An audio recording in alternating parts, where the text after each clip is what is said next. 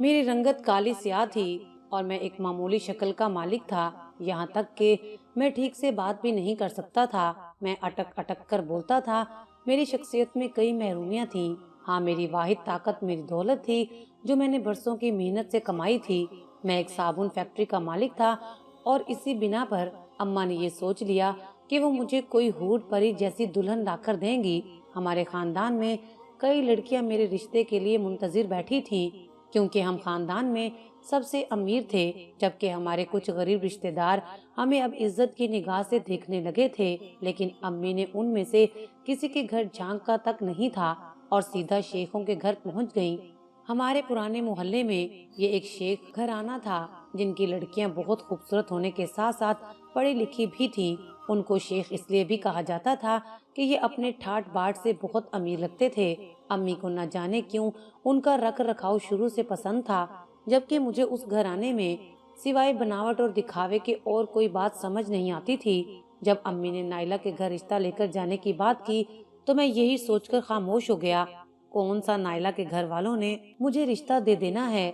वो तो बहुत खूबसूरत लड़कियां हैं। उनकी खूबसूरती के किस्से हर गली में मशहूर थे।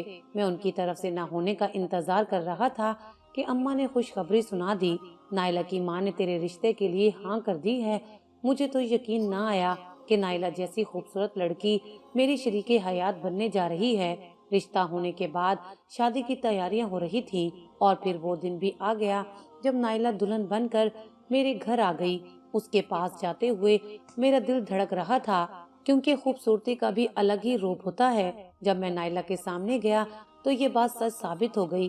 वो जरा सा भी नहीं शर्माई थी, बल्कि वो आंखों में आंखें डाले मुझे देख रही थी। कुछ देर तक तो मुझे ये बहुत हसीन इत्तेफाक लगा, लेकिन फिर उसका मुझे यूं देखना कुछ अजीब और पुरइसरार सा लगने लगा था। मैंने देखा उसकी आंखों में अजीब सी वीरानी या फिर गुस्सा था।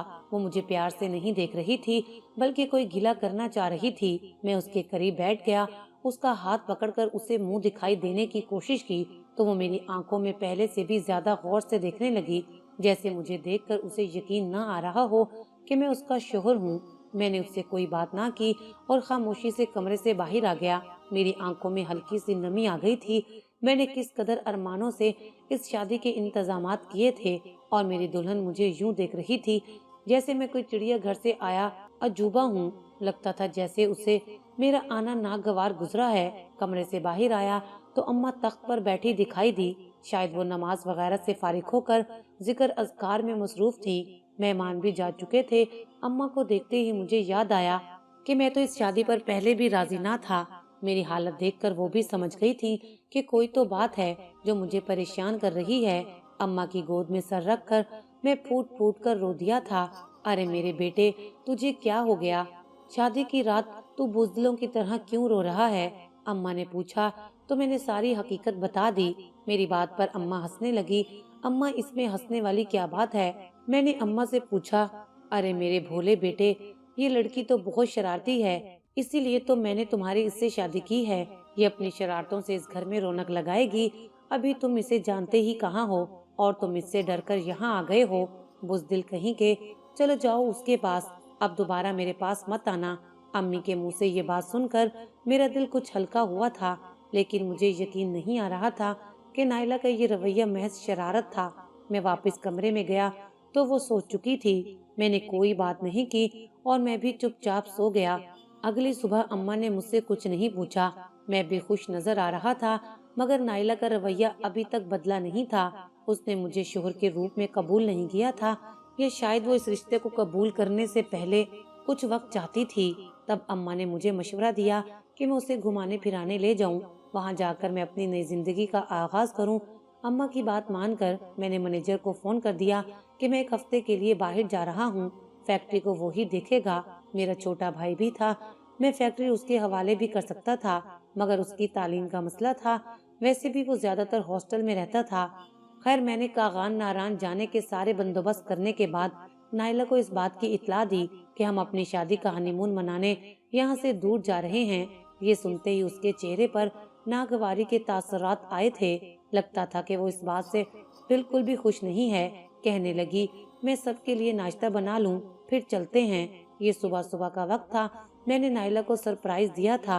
मगर उसने कोई खुशी का इजहार नहीं किया था। नाश्ता बनाने के बाद वो मामूली सा तैयार हुई और एक सूटकेस तैयार कर कर कहने लगी, मैं तैयार हो गई हूँ, चलो चलते हैं।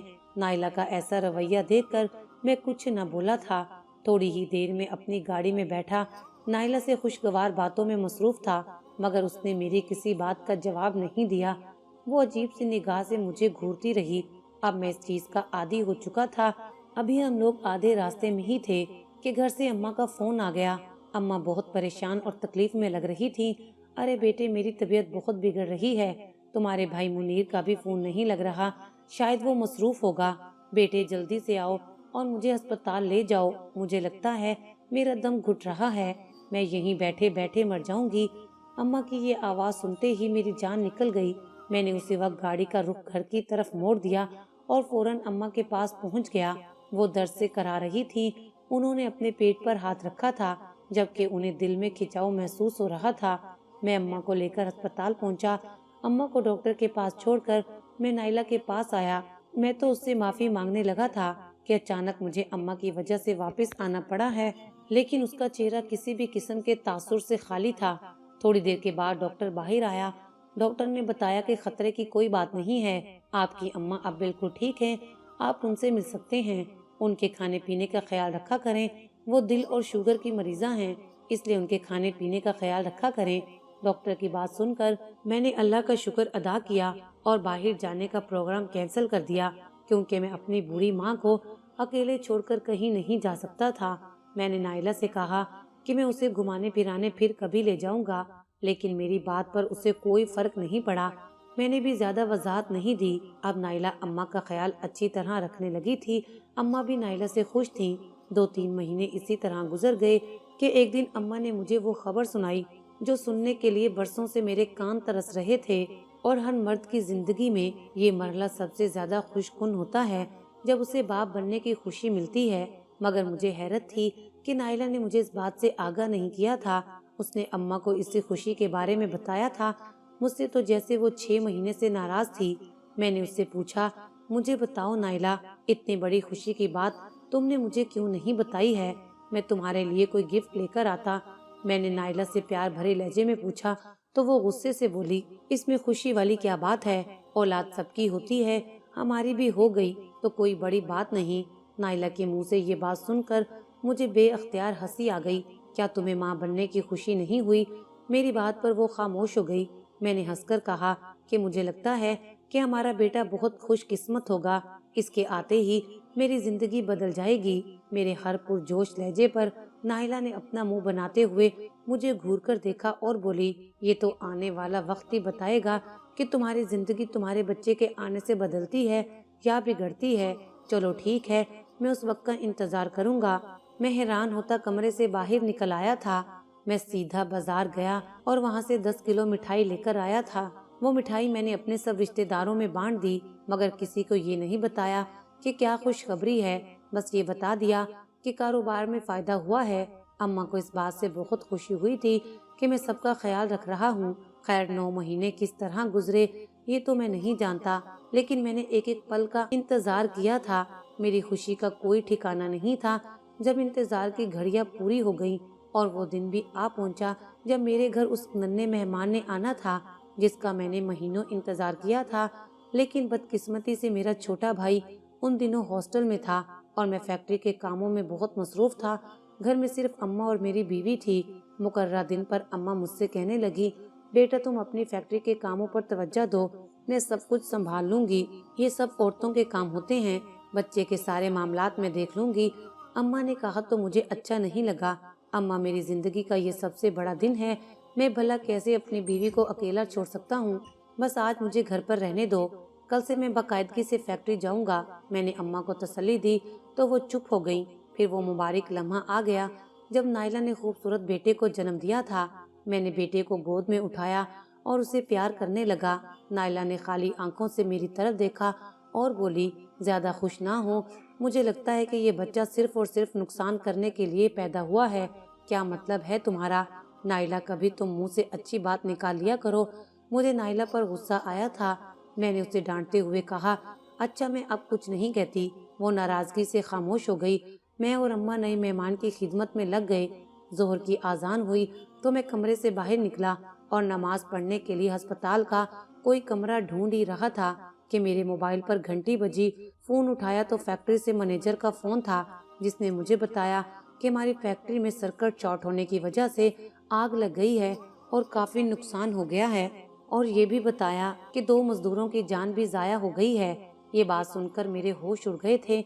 मैंने नमाज मुकम्मल की और फौरन फैक्ट्री की तरफ भागा। सारा रास्ता अल्लाह से दुआएं करता रहा।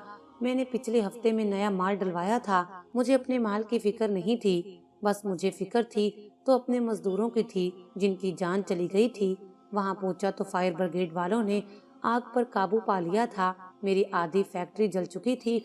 मेरे 2 मजदूर भी इस दुनिया से जा चुके थे। मुझे बहुत दुख हुआ था। मैंने उन मजदूरों की तदफीन का सारा बंदोबस्त किया और उनके घर वालों को 5-5 लाख भी दिए थे। फैक्ट्री का सारा काम नए सिरे से करवाया था। इन सब कामों में मुझे 1 महीना लग गया था। एक रोज घर आया तो मुझे नाइला बहुत खुश लग रही थी। जिंदगी में पहली बार मैंने उसे खुश देखा था। कहने लगी, लगता है कि मेरा बेटा मेरी जिंदगी आसान करने के लिए पैदा हुआ है। शुक्र है कि तुम्हें भी अपने बेटे की अहमियत का एहसास हुआ।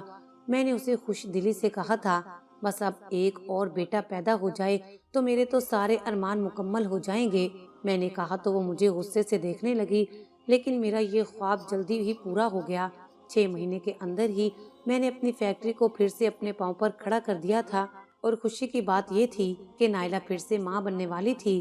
अब तो घर में एक नौकरानी का बंदोबस्त भी हो गया था, क्योंकि घर में अल्लाह ताला ने उस कदर खुशहाली दे दी थी कि मुझे किसी चीज की कमी नहीं थी। मैं नहीं चाहता था कि नाइला इस हालत में घर के कामकाज करती फिरे। घर में नौकरानी आ गई थी, मगर नाइला के तेवर मुझसे बिगड़ते जा रहे थे। मैं समझ सकता था कि नाइला दोबारा उम्मीद से है। इस हालत में औरतों का गुस्सा करना मामूली सी बात है, सो मैं उसकी हर बात चुपचाप सह लेता। अम्मा भी मुझे समझाती रहती कि जिस औरत के यहाँ बेटे पैदा होते हैं उसे गुस्सा आना और चिड़चिड़ापन होना एक लाजमी बात है। तुम इस बात का बुरा ना मनाया करो, तुम्हारी बीवी तुम्हारे लिए मुबारक साबित होगी। देखो तो सही, उसके आने से घर में किस कदर बरकत हो गई है। हम पहले से ज्यादा खुशहाल हो गए हैं। मैंने देखा था कि नाइला को ये बातें पसंद नहीं थी। उसे अपनी तारीफ सुनना बहुत बुरा लगता था। ये पहली औरत थी जो अपनी तारीफ पर भी खुश ना होती। हालांकि औरतें तारीफ की भूखी होती हैं। मैंने सोच लिया कि इस बार नाइला को खुश करने के लिए मैं कोई खास तोहफा जरूर लाऊंगा। तभी मैंने अम्मा से पूछा तो उन्होंने कहा कि तुम नाइला को एक गोल्ड का सेट और 10 खूबसूरत से सूट लाकर दो। बल्कि ये तो तुम्हें हर बार करना चाहिए था। जब भी नाइला उम्मीद से होती है तुम उसके लिए कोई तोहफा नहीं लाते। बच्चे की पैदाइश पर तो हर कोई तोहफा देता है, लेकिन वो तुम्हें दूसरा बेटा देने वाली है, उसके लिए तुम जितना कर सको उतना ही कम है। अम्मा की बात सुनकर मुझे भी हौसला हुआ था। अगले ही दिन मैंने 10 महंगे तरीन जोड़े खरीदे और एक गोल्ड का सेट भी खरीद लिया। ये जोड़े मैं नाइला के लिए खुद बनवाना चाहता था। मैं चाहता था कि मेरी बीवी को किसी किस्म की कमी ना लगे। ये शायद दूसरा दिन था जब मैंने अम्मा से इस तोहफे की बात की थी। तब मैंने सोचा कि मैं घर से जाकर नाइला से उसके कपड़ों का नाप ले लूंगा। बच्चे की पैदाइश पर ये सभी जोड़े सिलकर तैयार हो चुके होंगे। यकीनन वो बहुत खुश होगी। मैं घर पहुंचा तो अम्मा घर पर नहीं थी। मैंने देखा हमारी नौकरानी रशीदा किचन में काम कर रही थी, जबकि नाइला कहीं नजर नहीं आ रही थी। मुझे फिक्र होने लगी कि वो इस हालत में कहाँ गई है। मैंने रशीदा से पूछा। रशीदा कुछ घबराई हुई और परेशान सी लग रही थी। क्या बात है रशीदा, मुझे सच सच बताओ, नाइला कहाँ गई है? क्या तुम्हें उसने कुछ बताया था? नाइला को सारे घर में तलाश करने के बाद मैंने रशीदा से पूछा तो वो नजरें झुकाकर बोली, साहब जी, एक औरत आई थी, बड़े अजीब से हुलिये में थी। बीबी जी उसके साथ बाहर गई हैं। मुझे कुछ बताया नहीं, बस ये कहकर गई थी मेरी सास और शोहर को इस बारे में कुछ ना बताना। मुझे रशीदा की दयानतदारी पसंद आई थी। फिर मैंने सोचा हो सकता है ये नौकरानी दोनों तरफ कोई खेल खेल रही हो, मेरी बीवी को मेरे खिलाफ और मुझे मेरी बीवी के खिलाफ भड़का रही हो। अमूमन काम वालियों का ये बेहतरीन मशगला होता है। सो मैंने इस बात को नजरअंदाज कर दिया और खुद ही नाइला के नाप वाले कपड़े लेकर वापस चला गया। मैंने दर्जी को जोड़े सिलाई करने के लिए दे दिए और अम्मा को भी आगाह कर दिया कि मैंने नाइला का नाप वगैरह दर्जी को दे दिया है। अम्मा भी खुश थी। और फिर वो दिन आने में ज्यादा वक्त नहीं लगा जब मेरी बीवी ने दूसरी बार भी एक खूबसूरत बेटे को जन्म दिया था। میرے تو پاؤں زمین پر نہیں ٹک رہے تھے۔ میں اس قدر خوش تھا کہ بتا نہیں سکتا۔ میں فیکٹری سے باہر نکلا تو مجھے ایک عورت نے روک لیا۔ اس نے کالی چادر پہن رکھی تھی۔ یہ مجھے کوئی بھیک مانگنے والی عورت لگ رہی تھی۔ میں نے 100 کا نوٹ اس کی جھولی میں ڈال دیا اور آگے جانے لگا، مگر اس نے آواز دے کر مجھے روک لیا۔ بیٹا کہاں جاتا ہے؟ میری بات سنتا جا، تیری بیوی منحوس ہے اور وہ جو بھی اولاد پیدا کرے گی تیرے لیے نقصان کا باعث بنے گی۔ یہ تیری فیکٹری جل کر راکھ ہو جائے گی۔ اس سے پہلے ہی تو اسے طلاق دے کر گھر سے نکال دے، ورنہ تو برباد ہو جائے گا۔ عورت نے بڑے ہی پر اصرار اور غضبناک لہجے میں یہ بات کہی تھی۔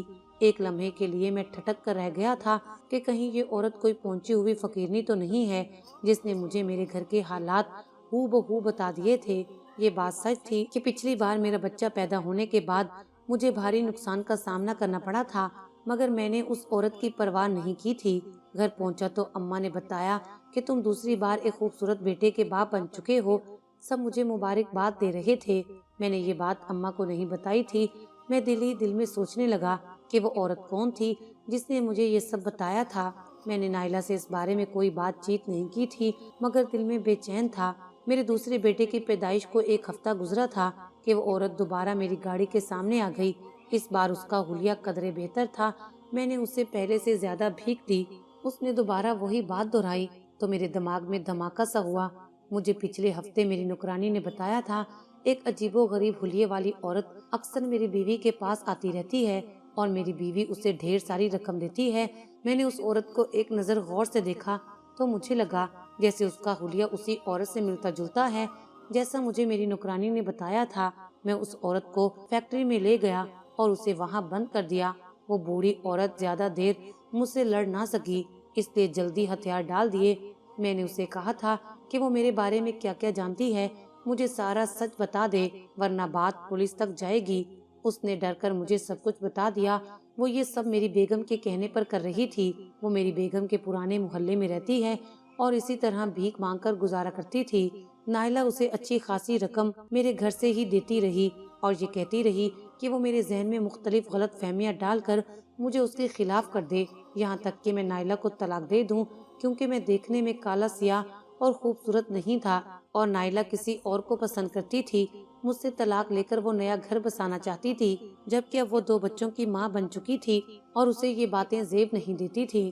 میں نے نائلہ کے بارے میں جب یہ حقیقت سنی تو وہ میرے دل سے اتر گئی تھی۔ میں نے بوڑھی عورت کو کچھ نہیں کہا کیونکہ وہ مجبور بیوہ عورت تھی۔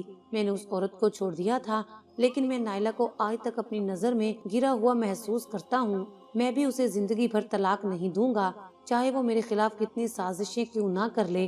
اب میں سوچ رہا ہوں کہ اپنے سکون قلب کی خاطر دوسری شادی کر لوں، کسی ایسی عورت سے جو مجھ سے وفا کرے، جو میرے ساتھ رہنا چاہے اور میری زندگی کو گل و گلزار بنا دے۔ آپ کے خیال میں کیا میرا یہ فیصلہ صحیح ہے یا غلط؟ مجھے نائلہ کو معاف کر کے اس کے ساتھ اپنی زندگی گزارنی چاہیے یا نہیں، یا دوسری شادی کر لینی چاہیے؟ پلیز کمنٹ سیکشن میں مجھے جواب ضرور دیجیے گا۔